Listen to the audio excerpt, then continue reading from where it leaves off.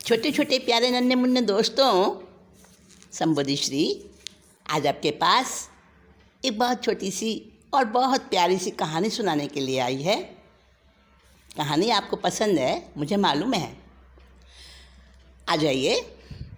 हाँ, सब लोग आ गए? ठीक है, बैठो, मैं कहानी शुरू कर रही हूँ। कहानी सुनाने से पहले मुझे एक बात याद आ रही है। मैंने एक जगह पढ़ा था, बहुत बहुत अच्छी बात पढ़ी थी। अच्छी बात सबको बतानी चाहिए ना, और अच्छी चीज़ें भी सबको खिलानी चाहिए। हाँ, तो ये मिठाई जैसी बहुत बहुत टेस्टी वाली बात है। ये टेस्टी वाली बात है। कौन सी बात पढ़ी थी मैंने? सुन लो आप। पानी पी ले परंतु प्यास को बाकी रहने दे। फिर से बोलूं, पानी पियो परंतु प्यास बाकी रहे उतना ही पियो। रोटी खाओ परंतु भूख बाकी रह जाए उतनी ही खाओ, उतना भूखा रह जाओ थोड़ा। जब तुम प्यास बचाकर पानी पियोगे, भूख शेष रखकर रोटी खाओगे, तो तुम्हें मन में ही उस परमात्मा का दीदार, उसका जलवा दिखाई देने लगेगा। और बच्चों, ध्यान रखना, जो पेट के गुलाम होते हैं ना, वो झूठे होते हैं, निकम्मे होते हैं। पेट के गुलाम कभी मत बनना, और कभी पैसे के गुलाम भी मत बनना। और हमेशा इश्क करना। इश्क, कौन सा इश्क? ये इलू इल वाला इश्क नहीं। प्रेम, प्रेम जिसको कहते हैं, अंदर के हृदय का प्रेम जो होता है। बिना इश्क इबादत बेजान है। इबादत कहते हैं भक्ति को, पूजा को। आप कोई पूजा कर रहे हो, कोई भक्ति कर रहे हो, कोई अच्छा काम कर रहे हो, सेवा कर रहे हो, कुछ भी कर रहे हो, तो बिना इश्क के सब कुछ बेजान है। इबादत में ढला इश्क, इबादत में ढला इश्क हमारी आत्मा को रब के महलों तक उड़ाकर ले जाने वाला पंखों के समान है। जैसे पंख उड़ाते हैं ना पक्षी को, वैसे ही जो हमारा प्रेम भक्ति में ढल जाता है, सेवा में ढल जाता है, और किसी के उपकार करने में, किसी को सुख देने में अगर हम प्रेम से काम करते हैं, वो इश्क होता है। तो वो इबादत और इश्क एक बन जाता है, और फिर हमारे अंदर ऐसे पंख आ जाते हैं जो हमारी आत्मा को परमात्मा के पास तक ले जाते हैं। हाँ, ऐसी ही एक रूहानी इश्क की बात, आत्मा के प्रेम की बात मैं तुम्हें सुना रही हूँ। वो कहानी में है, और भूख और प्यास की बात भी आएगी इसमें, क्योंकि इसमें एक गरीब की बात कही है, जिसके पास पैसा नहीं था, जिसके पास शरीर की पूरी इंद्रियां नहीं थी, पूरे हाथ पैर नहीं थे, फिर भी उसके अंदर प्रेम से भरा हुआ दिल था। ज़रूर सुनना ध्यान से। कहानी सुना रही हूँ। एक घर के दरवाजे पर, जो कि बंद था दरवाज़ा, उस दरवाजे पर पोस्टमैन ने बेल बजाई। पोस्टमैन ने बेल बजाई। एक बार, दो बार, तो अंदर से एक पतली सी आवाज़ आई, सुरीली सी बच्ची की आवाज़, आ रही हूँ, आ रही हूँ।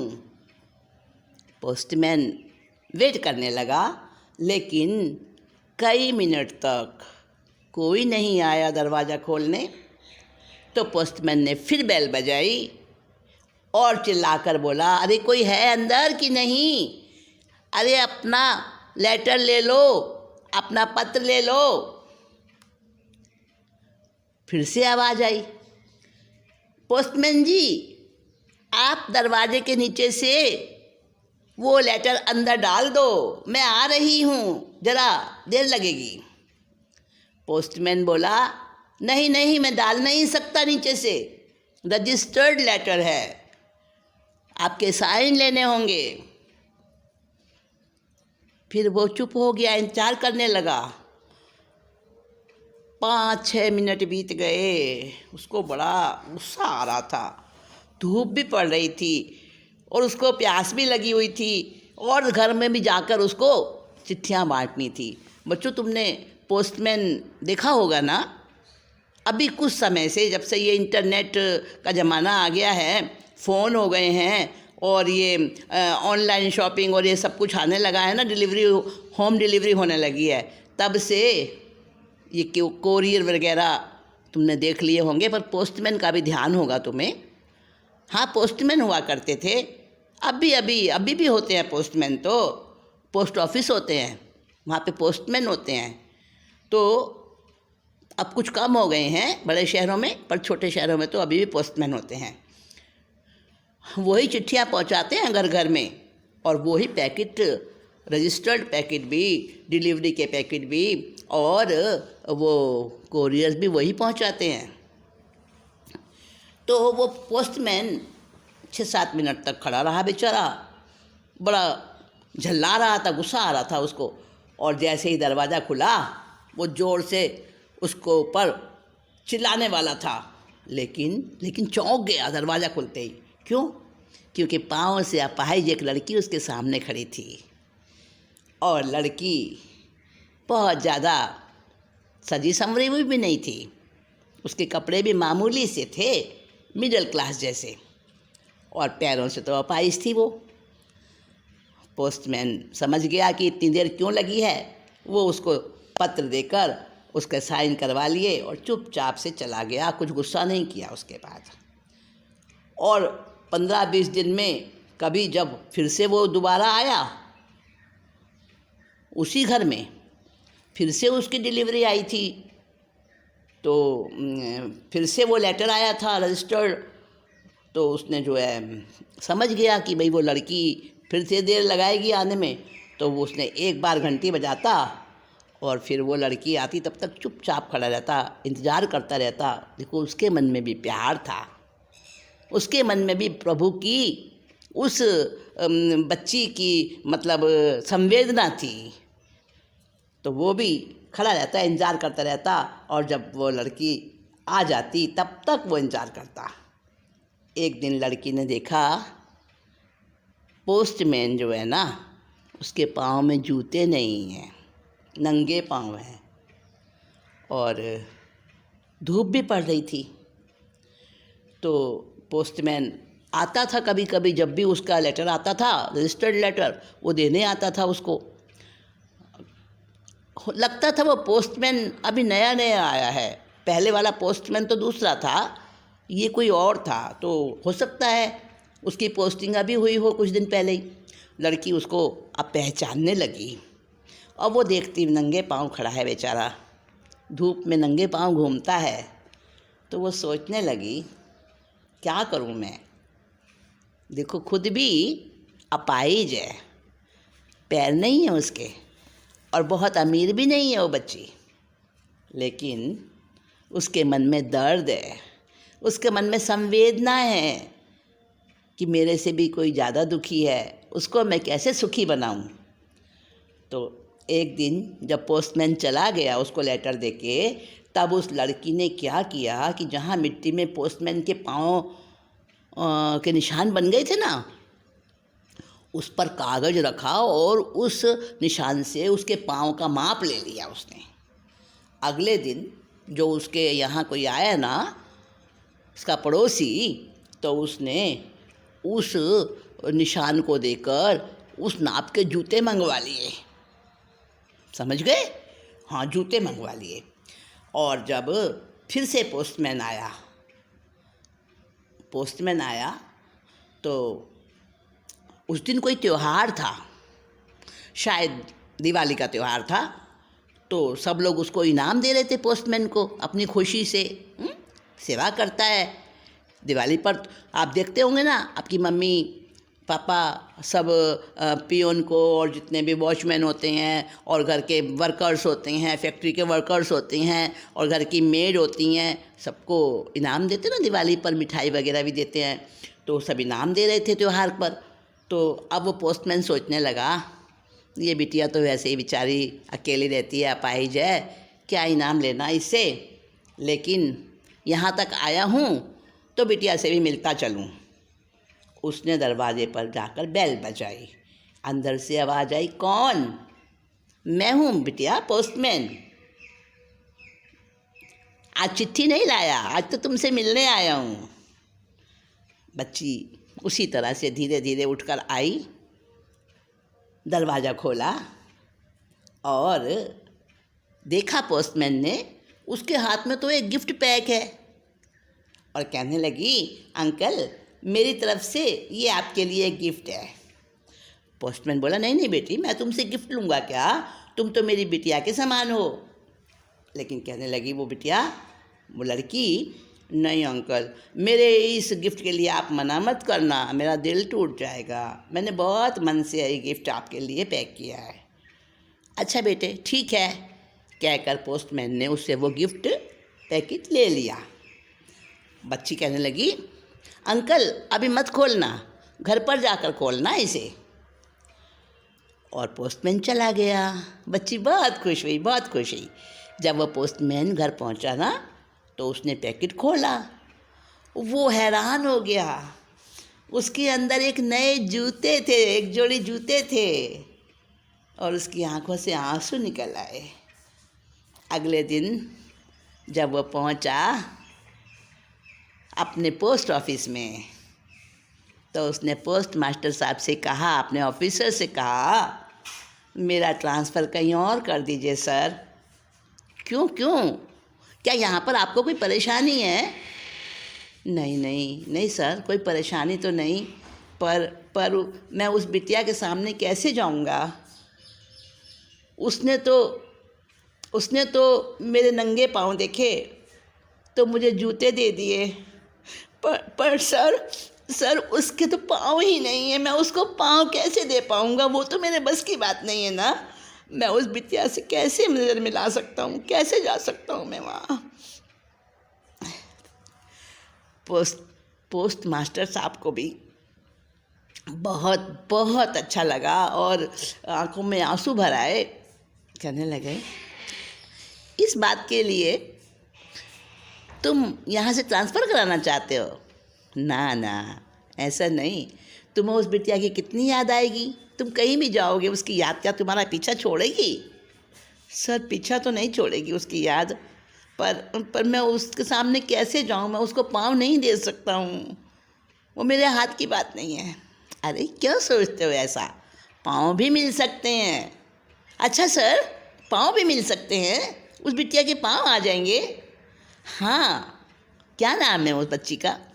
नहीं सर, मैंने कभी नाम नहीं पूछा। अच्छा कोई बात नहीं, कुछ भी नाम हो, वो भी हमारी इस दुनिया का ही एक हिस्सा है, वो भी हमारी बच्ची है। ऐसा है, तुम एक काम करना, तुम मेरे साथ शाम को चलना और जहाँ पर आर्टिफिशियल पैर लगाए जाते हैं ना, मेरी वहाँ पर जान पहचान है, मैं तुम्हें वहाँ लेकर चलूँगा। ठीक है सर, कितने बजे आ जाऊँ? तुम पोस्ट ऑफिस बंद होने के समय मेरे पास आ जाना। ठीक है सर। और वो पोस्टमैन जो है ना, वो अपने पोस्ट मास्टर ऑफिसर के साथ में मिलकर वहाँ पर पहुँचे जहाँ पर आर्टिफिशियल पाँव लगाए जाते थे। उनने सारी बात की, भाई एक बच्ची है ऐसी और हम चाहते हैं उसके आर्टिफिशियल पाँव लग जाएं। तो ये बात जब चल रही थी, उन्होंने कहा पाँव तो लग जाएंगे। तो पोस्टमैन जो था वो घबरा गया, कहने लगा कितना खर्च आएगा इसमें, मैं तो बहुत खर्च नहीं उठा सकता, मैं गरीब आदमी हूँ, पर मैं चाहता हूँ उसको पाँव लग जाएं। तो वो जो वहाँ बैठे हुए थे ना ऑफिस में, जहाँ पर पाँव लगाए जाते थे आर्टिफिशियल पाँव, उन्होंने कहा नहीं नहीं, यहाँ सब कुछ फ्री होता है, ये गवर्नमेंट की तरफ से चलता है, और यहाँ पर आर्टिफिशियल हाथ, आर्टिफिशियल पाँव, किसी की अंगुली, अंगूठा कट जाता है, जो भी अंग किसी के इस तरह से डैमेज हो जाते हैं ना, तो वो आर्टिफिशियल बना दिए जाते हैं यहाँ पर। तो उन्होंने कहा अच्छा वो ठीक से काम करेंगे, लड़की चल फिर सकेगी अच्छे से। बिल्कुल, तुम उस बच्ची को ले आना हमारे पास, सब कुछ फ्री ऑफ कॉस्ट है। ज़रूर ले आऊँगा। वो पोस्टमैन तो बहुत खुश हुआ, बहुत खुश हुआ। और फिर क्या किया उसने, समझ गए ना तुम आगे की कहानी। अगले दिन वो पोस्टमैन उस बिटिया के पास गया और फिर से बेल बजाई।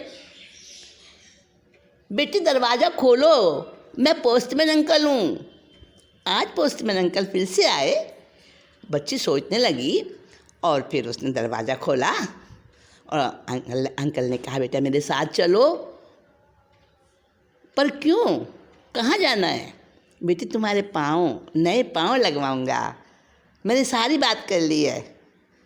बच्ची हैरान हो गई, इस दुनिया में कोई उसके लिए भी सोचता है। उसके माँ बाप एक्सीडेंट में ख़त्म हो गए थे और उसकी भी टांगें उस एक्सीडेंट में चली गई थी। दोनों पाँवों से वो अपाहिज थी।